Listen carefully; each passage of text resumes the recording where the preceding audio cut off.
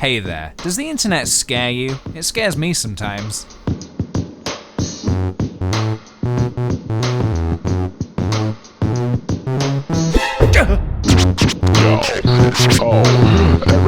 You know the scariest thing about the internet? Opinions. People's opinions. Opinions that differ to your own. Particularly when it comes to things that people are passionate about. Whew, I'm getting shivers just thinking about it. Whew, please do excuse the hyperbole, I'm just doing a bit here. Whew, it's just that sometimes having a discussion with someone on the internet feels kind of like arguing with a chair. Look, buddy, all I'm saying is that I think your opinion is bad and wrong, and you should feel bad and wrong. You get it? Pointless. That's not to say good discussions don't happen on the internet, you just have to work a bit harder to find them. Basically, don't enter your average YouTube comment section expecting to leave feeling accomplished. Unless you're on the KickThePj channel, of course, we're all lovely here. You have to be lovely if you're here. You have to be. Big, heated discussions are always happening when a new film or TV show comes out, and that's what I want to talk about today. Film and TV consumers are among some of the loudest voices on the internet, and I think that's honestly amazing. Fictional space wizards are making people want to write essays on their thoughts and opinions. If Ant-Man doesn't fly up Thanos' butt, Avengers is cancelled. The genie does not look how like he used to look when he was a cartoon. Sonic has teeth! People want to write essays. What a time to be alive. No offense to anyone that likes writing essays. That was always just my least favorite thing to do in school. I am bad at make a lot of words sound good. I am not a complex human being when it comes to this kind of thing. For a long time, I'd see people gushing their thoughts, whether positive or negative, about a film that I had seen. And their thoughts would seemingly invade my own on said film. Which, in a way, is fine. Seeing other people's perspectives is a great way to open up ideas that you may not have considered. But then I wouldn't truly know what my own sincere thoughts were anymore, as I had essentially been influenced by influencers! Not to mention, sometimes it can be quite difficult to even judge where someone's coming from when we live in this extreme age of everything has to be either perfect or everything is lost. I needed a personal system. Something simple that I could definitively state to myself before diving into other people's opinions on something I'd just watched in hopes of not warping my own thoughts. And so, I invented KickThePj's movie rating system. Or commas, but I don't really use the abbreviation like ever, because it's commas. I'm going to explain my process to you in hopes that if you ever feel similar to me and want to solidify your thoughts before reading other people's, you can. Now, this system is not going to work for everyone, and if it doesn't, that's totally fine. But if you want to give it a go, here's the lowdown.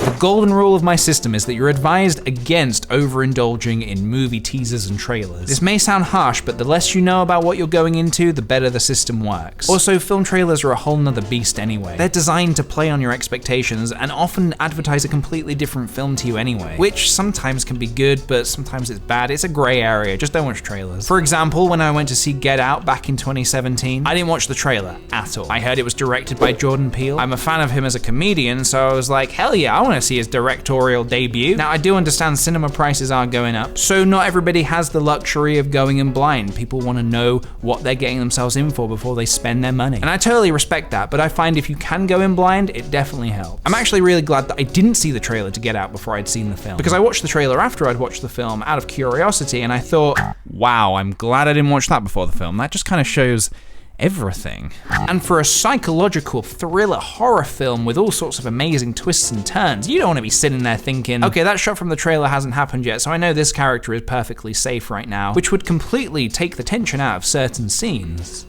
You get it? Okay, enough rambling. How does the system work exactly? It's a basic rating out of 5. No decimal points. Like I said, I am not a complex human being. Weird, yes, but complex, not really. I like solid numbers that don't go above 5. When I slam my butt into the sticky theater seat and those curtains draw back revealing the ginormous screen, the number sitting in my head to start with is 3. 3 out of 5, slap bang in the middle, completely average, no expectations. Then, as the film commences, the rating at this stage is very volatile. It's gonna fluctuate a lot, and so I give the film a very fair chance, I give it my full attention. However, if the film is going down a path where I'm starting to think, I wonder what would be the most optimal way to organize my emails, then the rating plummets to a 2. If the film has made me forget that I even have an email address because I'm so engrossed in what I'm seeing, then it ascends to a 4. Throughout the film, the ratings are gonna go up and down on this sliding scale in my mind until we have reached a conclusion. When those credits roll to the very end and the house lights come up, I'm finally ready to give the film my final rating. And yes, I do like to watch all the credits, and no person who I overheard leaving the cinema saying, oh, I don't know why people are waiting to the end, there's no end credits scene. That's not why people wait to the end of the credits. I just sat through a 3-hour film. I think I can wait another 5-10 minutes to see the names of the people who made this possible. What? No end credits scene? I just wasted 7 minutes of my life for nothing? This is the last time I watch one of your stupid films. Snyder! Sorry, I just had to get that off my chest. So, how do I assign the numbers to my thoughts? As follows. Really, really bad. That was a bad film and that has made me feel bad. That wasn't really for me, but I can see why people would like that. It wasn't awful or offensive, it just didn't stimulate me in any way personally. Yeah, that was pretty good. I was thoroughly entertained throughout, but I probably won't think about this film for more than a couple of days. I'd happily watch it again in a year or two when it comes on Amazon Prime or whatever. That was really awesome. I would very happily spend money to buy that on Blu-ray when that becomes available. And I can't stop thinking about it either, so I'm gonna go on some forums and read about all the little Easter eggs that I might have missed.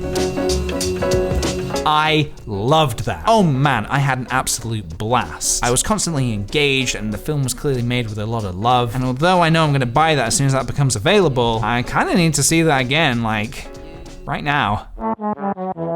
I think the only time I would ever give something a 0 out of 5 is if I actively walked out on a film. But I don't think I've ever walked out on a film before. And despite my system, I still love having conversations with my friends about what I liked and what I didn't like. So I absolutely appreciate all the nuance that a film may have. But my simple rating system basically applies once I've just watched something, how quickly would I want to watch that again or never think about that again, ideally. And I know the system kind of sounds like I'm sitting there with my arms folded, stubbornly thinking, well, go on then. Impress me. I dare you. But drawing you in and making you forget about the very room you're sitting in is one of the most amazing things that a filmmaker can do. Films are made to entertain us, so they're going to be judged based on how much they entertained us. And by no means am I saying this should replace actual reviews. I think it's really good for people to go into depth about what they liked and what didn't land so much. Like I said, this was just a process for me to solidify my own thoughts before discussing with other people. And so, here is a lightning speed round of my ratings applied to things that I have watched over the last couple of years, in no particular order. Avengers Endgame, 4 out of 5. Captain Marvel, 3 out of 5. Into the Spider-Verse, 5 out of 5. Us, 4 out of 5. Shazam, 2 out of 5. Incredibles 2, 3 out of 5. A Quiet Place, 3 out of 5. Isle of Dogs, 4 out of 5. American Crime Story, The Assassination of Gianni Versace, 5 out of 5. Halloween, 3 out of 5. The Favorite, 4 out of 5. Westworld Season 1, 5 out of 5. Westworld Season 2, 3 out of 5. Black Klansman, 4 out of 5. The Shape of Water, 5 out of 5. 3 Billboards Outside of Ebbing, Missouri, 3 out of 5. Thor Ragnarok, 3 out of 5. Guardians of the Galaxy Volume 2, 2 out of 5. Ant-Man and the Wasp, 2 out of 5. Wonder Woman, 2 out of 5. The Disaster Artist, 3 out of 5. The Big Sick, 4 out of 5. Paddington 2, 5 out of 5. It, 3 out of 5. Coco, 5 out of 5. Atlanta Season 2, 5 out of 5. The Haunting of Hill House, 3 out of 5. Fantastic Beasts and Where to Find Them, 2 out of 5. Game of Thrones Season 8, baby, 5 out of 5 out of 5 out of 5. Lady Bird, 4 out of 5. Get Out, 5 out of 5. Free Solo, 5 out of 5. Hereditary, 4 out of 5. Avengers Infinity War, 3 out of 5. Star Wars The Last Jedi, 4 out of 5.